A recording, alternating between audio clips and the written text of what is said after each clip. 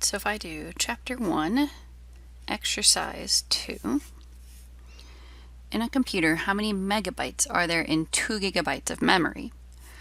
So I'm going to need to convert 2 gigabytes to megabytes.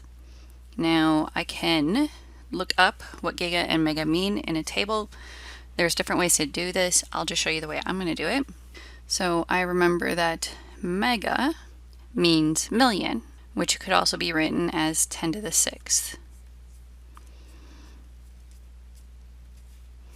And giga, which we could look up in a table, means 10 to the 9th, or 1 billion.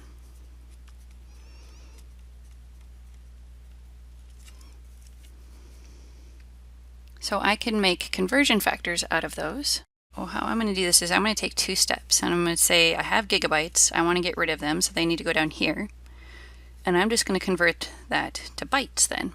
So 1 gigabyte is equal to 10 to the 9th bytes, because gigabytes is a huge amount.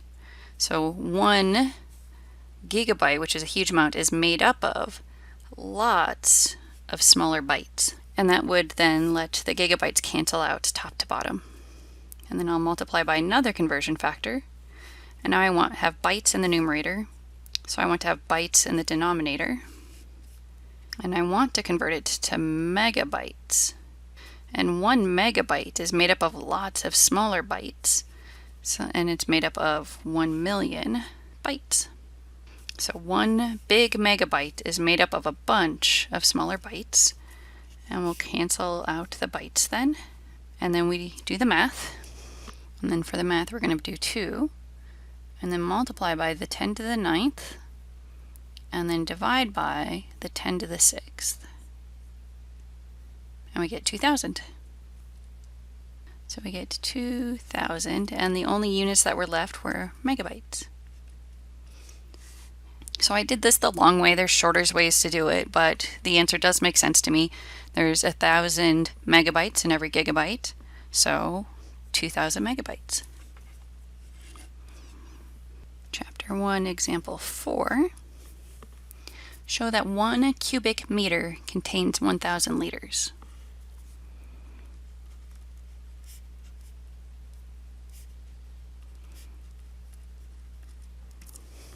So we need a conversion factor for that, and you can find it from the book. I don't have the book sitting near me right now, so I used Google. And my conversion factor is going to be 1 liter is equal to 0.001 meters cubed. So then they want me to show that 1 meters cubed is going to be equal to something else. So we'll multiply by a conversion factor. I didn't put a big square bracket up around here, but I did here. It doesn't matter. So we want meters cubed to go in the denominator. We want to convert it to liters. So we had 1 liter is equal to 0.001 meters cubed. Meters cubed will cancel out. And the only unit left is liter. Chapter 1, Example 10. If the DNA strand in a molecule could be stretched out, it would have the length on the order of 2 meters. I find it strange that they said on the order of, which usually means a really rough estimate, but then they say 2.0 meters, which means accurate to 2 sig figs. Anywho, let's move on. What would this be in feet and inches? So I'm just going to do this with the conversion factors that I already know, which is 1 inch is 2.54 centimeters. 12 inches are in 1 foot, and there are 100 centimeters in 1 meter. So I'm going to start with the 2.0 meters. I'm going to multiply it by a conversion factor to get rid of meters. I can change it to centimeters with this one. So in 1 meter, we have 100 centimeters. Meters will cancel out. 2 times 100 is 200 centimeters. Now we're going to convert the centimeters to inches. 1 inch is equal to 2.54 centimeters. 200 divided by 2.54 centimeters, 78.740. And then the centimeters cancels out, so we're left with inches. Now we started off with 2 sig figs. So before I record this as my answer, I'm going to round it to 2 sig figs. So that means I'm going to keep the 7 and the 8 here, and this 8 might round up. And it will, because the 7 is greater than 5. So we're going to do 79. All right, and now we need to change it to feet. Now, I'm not going to take the 79 and convert it to feet, because it's already been rounded. I'm going to take this part that's not been rounded yet.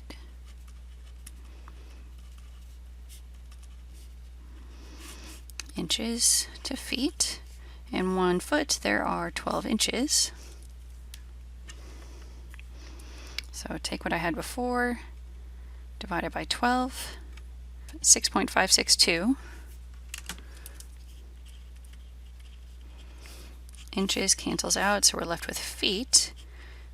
My input information was still only good to 2 sig figs. And so we'll round this to 2 sig figs. Since it's 5 and then a 6, we'll round the 5 up. Oops. Now, wouldn't we have to consider these sig figs? This one was good to 3 sig figs. That one's only good to 1. That seems not very precise. Good to 2. Also, that's only 1 sig fig, not very precise. 1 sig fig and 1 sig fig. But these were meant to be kind of perfect values, known much more precisely, but we only bothered to write the 1. So really what we could have done is we could have said 1.000000 inches is equal to 2.54 centimeters. And there could have been more digits back here, but I didn't bother to memorize those. You could also say 100.0000 centimeters is equal to 1.0000, as many as you like, really, meters. So conversion factors, you don't usually count their sig figs. I'm like, I trust all of these to at least 3 sig figs. Chapter 1, exercise 14. Is the following statement reasonable? Justify your answer. The area of a dorm room is 49 meters squared. And so they're not talking about the volume of air in the room, which I can attest dorm rooms are really small and it would not be much volume. They say area, so I'm going to imagine the floor area.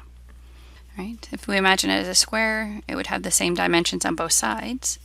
And then the area of a square would just be length squared.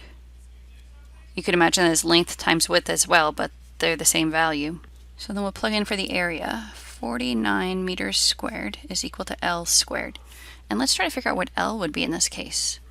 So I'm going to take the square root of both sides. As long as you do it to one side, you can do it to the other side. The square root of 49 is 7. The square root of meters squared is just going to be meters, is equal to L. I did a quick conversion and that turns out to be about 23 feet on a side. So then the question is that reasonable? In my dorm room, I could imagine maybe laying down twice along one way. So I'm going to guess 6 feet and 6 feet. So I'm going to guess 12 feet this way. And maybe I could lay down 1.5 times the other way. So 6 feet and 3 feet, so 9 feet. So my memory of my dorm room was definitely not 23 feet on a side. So I'm going to say if you have a dorm room like this, you are very, very lucky and you're probably paying a lot for it.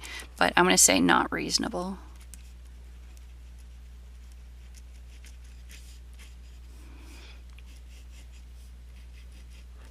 Chapter 1, exercise 26. The calculator result of multiplying 2.15 times the number pi is shown in the calculator. Round the result to the proper number of digits.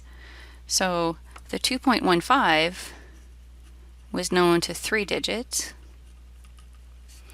Pi, let's figure out how many digits pi is known to. By the way, it's a lot. My calculator knows pi to at least 1, 2, 3, 4, 5, 6, 7, 8, 9, 10, to at least 10 sig figs. That's what it's showing me. So we're going to say, how about 10 plus sig figs? So this is the least precise number. So we're going to take that number of 6.7544242 and round it to just 3 sig figs. So that'll be these 3 digits, and this 5 is going to stay 5 because that 4 is not going to round it up. So we're going to say 6.75.